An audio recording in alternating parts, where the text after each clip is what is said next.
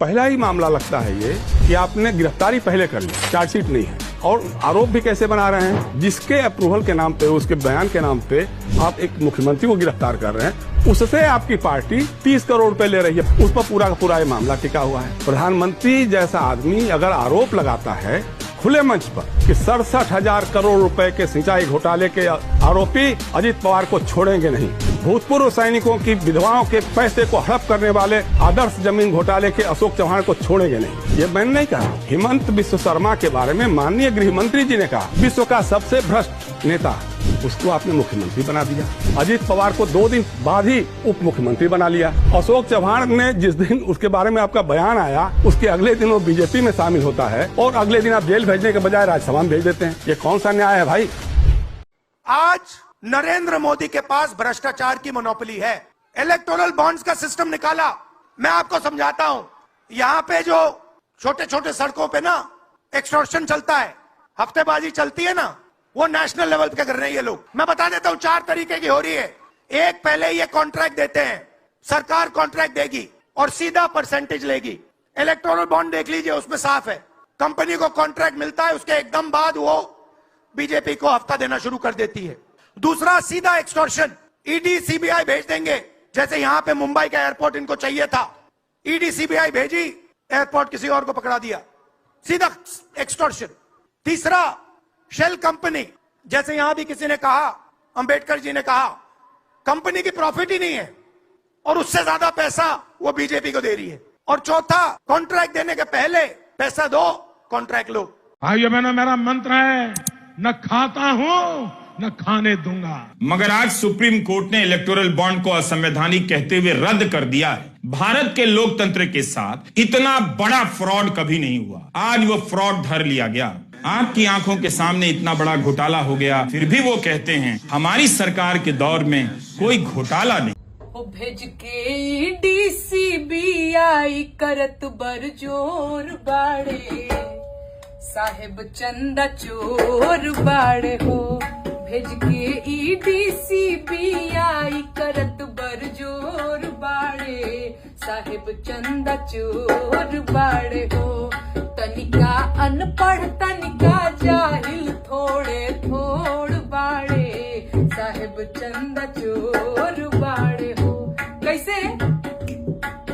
अरे beef company आके कई के ब्लैकमेल हो, चंदा दो धंधालो पे कैल तालमेल हो।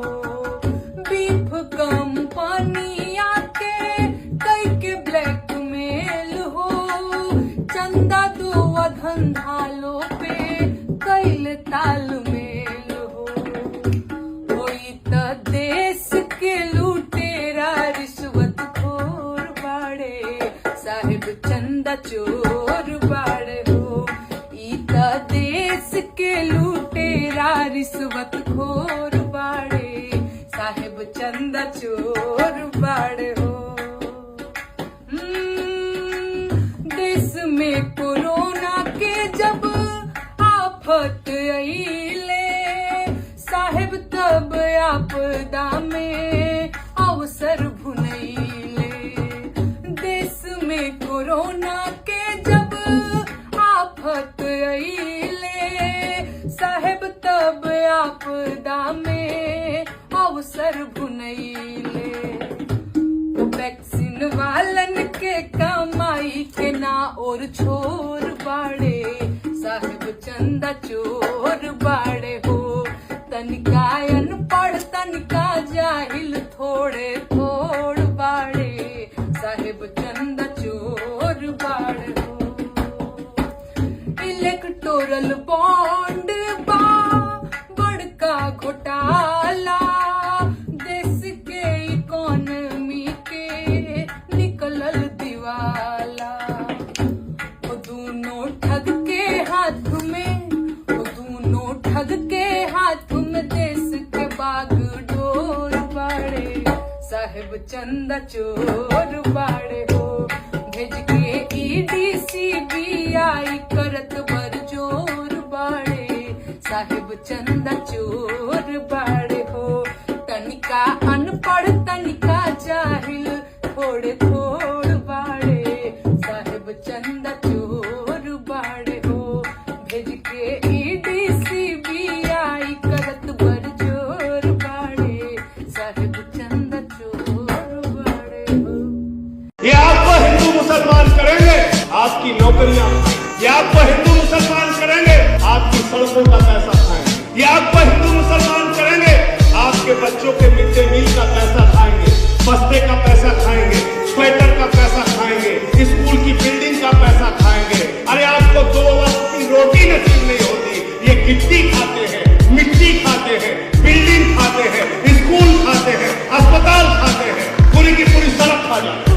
मैं अवध के क्षेत्र से आता हूं, सुल्तानपुर से, उत्तर प्रदेश के, और वहां के अवधि के एक बड़े अच्छे कवि हुए रफीक सादानी साहब। उन्होंने अवधि में एक लाइन लिखी कि जब जब चुनाव आवत है भात मांगा पुलाव आवत। भारतीय जनता पार्टी की हालत यही है मान्य, इनकी सरकार चुनाव आ जाए तो पेट्रोल का दाम कम, डीजल का दाम कम, गैस का दाम कम, सीएनजी का दाम कम, पीएनजी का दाम कम, सारी चीजों में महंगाई कम। चुनाव बीत जाए तो पेट्रोल का दाम महंगा, डीजल का दाम महंगा, गैस के सिलेंडर का दाम महंगा, सीएनजी का दाम महंगा, पीएनजी का दाम महंगा, सारा कुछ महंगा करने में लग जाता। इसका मतलब महंगाई से कोई आपका गोपनीय समझौता है मान्यवर। जब चुनाव आता है आप कहते हैं थोड़ा दूर हो जाओ, जैसे ही चुनाव खत्म होता है कहते हैं आओ हम तुम्हें बढ़ा रहे, आओ तुम्हें बढ़ा रहे। इस गोपनीय रिश्ते का खुलासा कीजिए। आप लोग ये जो झूठे तर्क देते हैं देश के सामने कि भाई इस समय तो युद्ध की स्थिति है, इस समय तो अंतर्राष्ट्रीय बाजार में कच्चे तेल का दाम बढ़ रहा है, अंतर्राष्ट्रीय बाजार में कच्चे तेल का दाम पिछले 7 वर्षों में कब कब बढ़ा और कब कब घटा, और उसके मुताबिक कब कब आपने हिंदुस्तान में डीजल और पेट्रोल का दाम घटाया और बढ़ाया, इसका तथ्य अगर आप सामने रखेंगे तो पूरे देश के सामने आपका चेहरा काला हो जाएगा कि कितना बड़ा झूठ आप इस देश की जनता से बोलते हैं। महंगाई आपको बढ़ाना होता है, उसके लिए 1000 तर्क आपके पास मौजूद है। मुझको अपने बैंक की किताब दीजिए,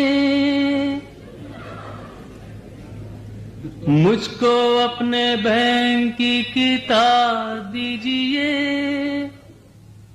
देश की तबाही का हिसाब दीजिए, मुझको अपने बैंक की किताब दीजिए, देश की तबाही का हिसाब दीजिए, मुझको अपने बैंक की किताब दीजिए, देश की तबाही का हिसाब दीजिए। गांव गांव जख्मी फजाएं हो गई, जहरीली घड़ी की हवाएं हो गई, महंगी शराब से दवाएं हो गई। दाइए आवाम को जवाब दीजिए, देश की तबाही का हिसाब दीजिए, मुझको अपने बैंक की किताब दीजिए, देश की तबाही का हिसाब दीजिए।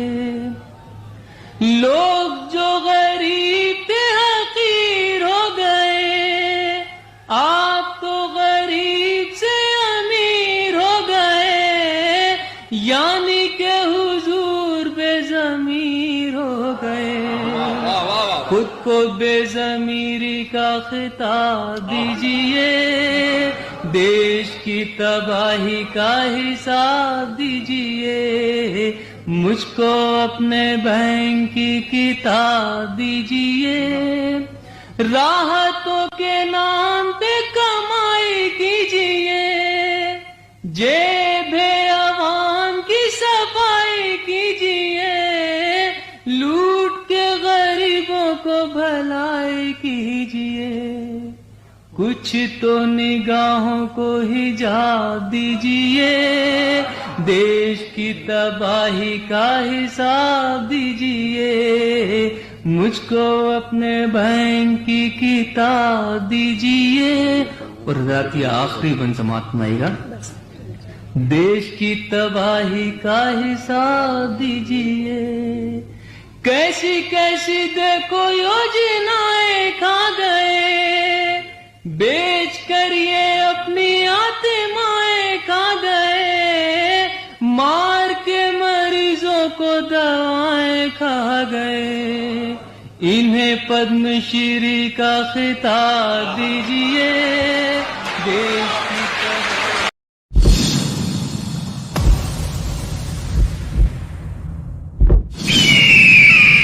आप देख रहे हैं शार्प रिपोर्टर।